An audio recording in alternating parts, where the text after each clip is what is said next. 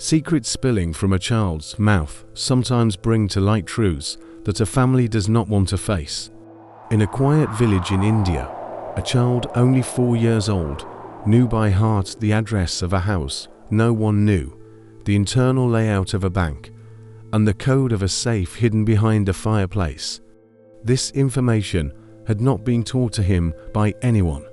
So, how was this child carrying the secrets of a dead man? When reincarnation is mentioned, the first things that come to mind are emotional memories, faces of loved ones, the scent of an old house, and unforgettable pain. However, over the years, scientists had to face a much more striking question. Can a soul also carry material secrets acquired in a previous life to its new body? Where the money is hidden, who holds the document, what code opens the safe?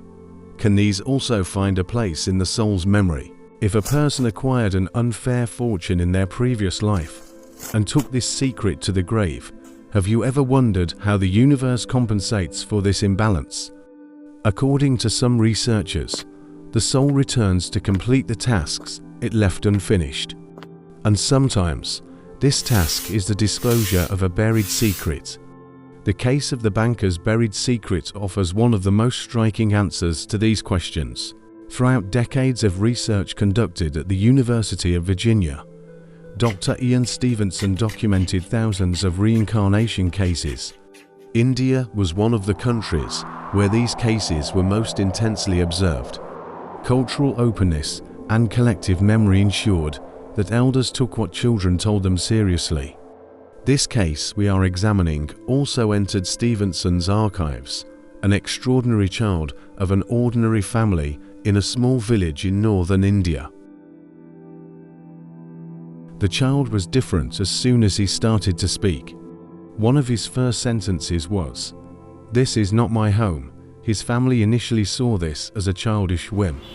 However, as days passed, the child began to describe living in a big city, being a wealthy banker, and dying as a result of a sudden heart attack. The fact that a 4-year-old used concepts like heart attack and bank so clearly began to unsettle the family. The child was not just telling a general story. He described the surname of the banker's family, the name of the street where he lived, and the exterior appearance of the house. He described the location of his desk at the bank, the names of his co-workers, and the route he took to work every morning. Researchers were shocked when they compared this information with city records. The person the child described actually existed, and the vast majority of what he told matched the documents. But the real mystery began here.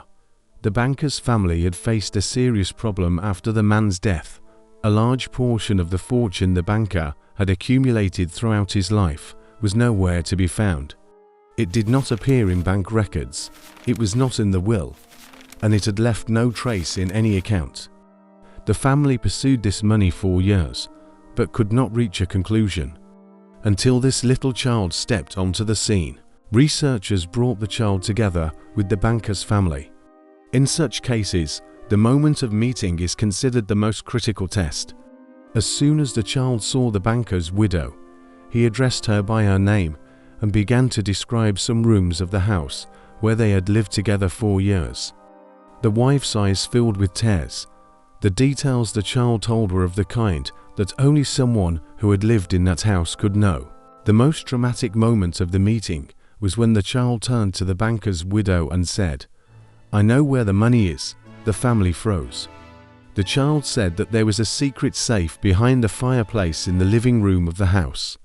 Even the banker's closest relatives were unaware of the existence of this safe. As the child described the location of the safe, he was speaking as if he had left that house only yesterday. The family, at first, did not want to believe it. They dismissed it as a child's imagination. However, in the face of the child's persistence, they decided to examine the back of the fireplace. And there, they indeed found a secret safe. It was a safe skillfully hidden inside the wall, almost impossible to notice when looking from the outside. Now it was time for the code that no one knew. At the moment, the tension in the room reached its peak. The safe was standing there, but the code was unbreakable. The child stepped forward calmly and muttered a series of numbers. These numbers did not match any date or number combination the banker had used during his life. With trembling hands, the family began to dial the code. When the last digit was entered, a metallic click filled the room. The safe was opening for the first time in years. When the cover of the safe opened with a heavy creak, the answers the family had been looking for 4 years were right in front of them. The inside of the safe was filled not only with boxes of cash representing the banker's lost fortune, but also with property documents and gold. However, at the top, there was something more striking than all of them: a half-finished letter. The last one the banker had written. The letter had been written just a few hours before the banker's death.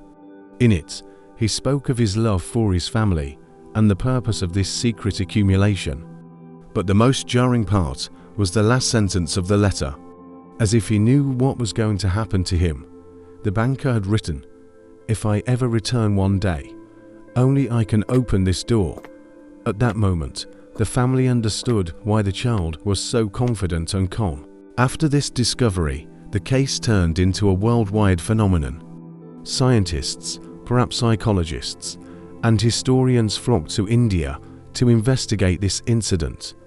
The fact that a child knew the secret safe of a house he had never seen and gave the code in one go was too concrete to be explained by coincidence. But for the child, the fortune was not important. He was only experiencing the peace of delivering his trust. As the case deepened, researchers focused on the moment of death details in the child's memory. A deep sadness appeared on the child's face as he described it last evening. He mentioned not only hiding the money, but also a guest who was with him that night, but whom no one knew about. This guest was someone who entered the room just before the banker's death and vanished without a trace after that day. According to what the child said, the guest that night was the banker's closest friend and business partner. No one had suspected him because when the banker died, he was mourning in front of everyone. However, the child remembered a secret argument that took place in the study that night. The argument was about that half-finished letter inside the safe and an unshared secret.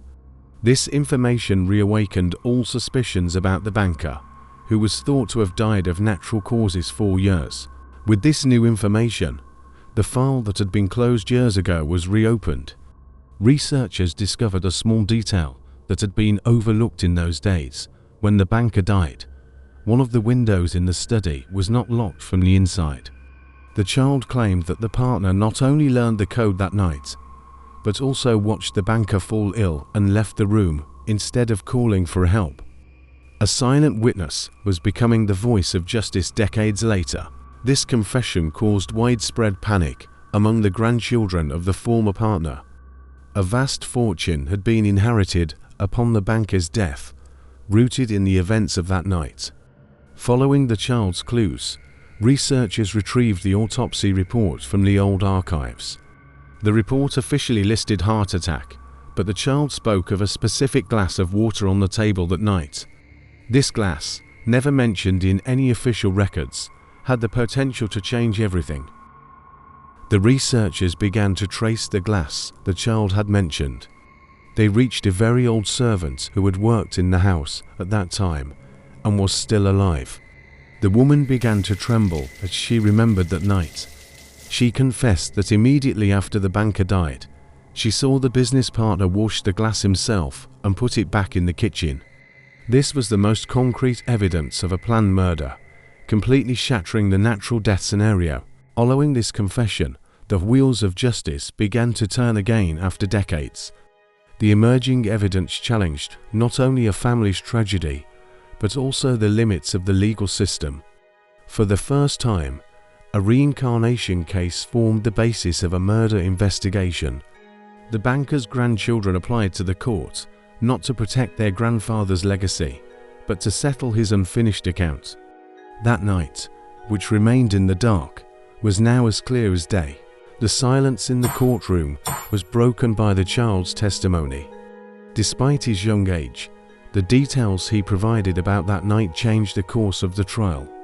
The judge evaluated this extraordinary situation as conscientious evidence. The former partner's family could no longer hide this dark legacy. Finally, this silent crime committed decades ago came to light through a child's memory, and justice was served. After the trial, the child made one last request that surprised everyone. He wanted to go to the banker's old study and be alone in front of the window. Entering the room, he walked through modern furniture straight to that famous old window. Looking at the garden outside, it was as if he was shedding the fatigue of decades of waiting. There was no longer a secret to remember or a burden to carry. After that day, the child began to talk less about his past life. It was as if with the opening of the safe and the delivery of justice, those heavy doors in his mind had also closed one by one. Researchers noticed that the child was now normalizing and focusing on games and childish joy like his peers. Those wise, elderly eyes had given way to the sparkle of a curious child. The past remained where it finally belonged, in the dusty pages of history. However, this incident sparked one of the most comprehensive debates on reincarnation in the scientific world. The accuracy of the details provided by the child was too specific to be explained by genetic or environmental factors alone. While some experts called it the continuity of consciousness, others attributed it to the yet undiscovered capacity of the human mind. Although debates continue, this little boy had already taken his place in history as a silently living miracle. As years passed, this event strengthened the belief that death is not an end, but perhaps a new beginning. In this little boy's story, people found solace for their own losses and a deep curiosity about the workings of the universe. Whatever the scientific data said, that old safe open that night revealed not only gold, but also a great truth about the eternal journey of the human soul. Life was much more mysterious than we thought. Today, that little boy is on his way to becoming a young man, completely freed from the shadows of the past. The experience he lived continues to be a beacon of hope for people around the world. The secrets he remembered are no longer a burden, but gifts about how precious and eternal life is. Within every end lies a hidden beginning, and within every goodbye, an invisible reunion. This story is not just a banker's story, but the story of us all. Truth is sometimes beyond even imagination. This story is evidence of a soul reaching across time, returning to settle an unfinished account.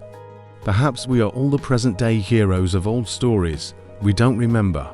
Remember, no secret stays hidden forever, and no soul finds peace without paying its debt. Time passes, secrets are revealed, but the journey of the soul never ends.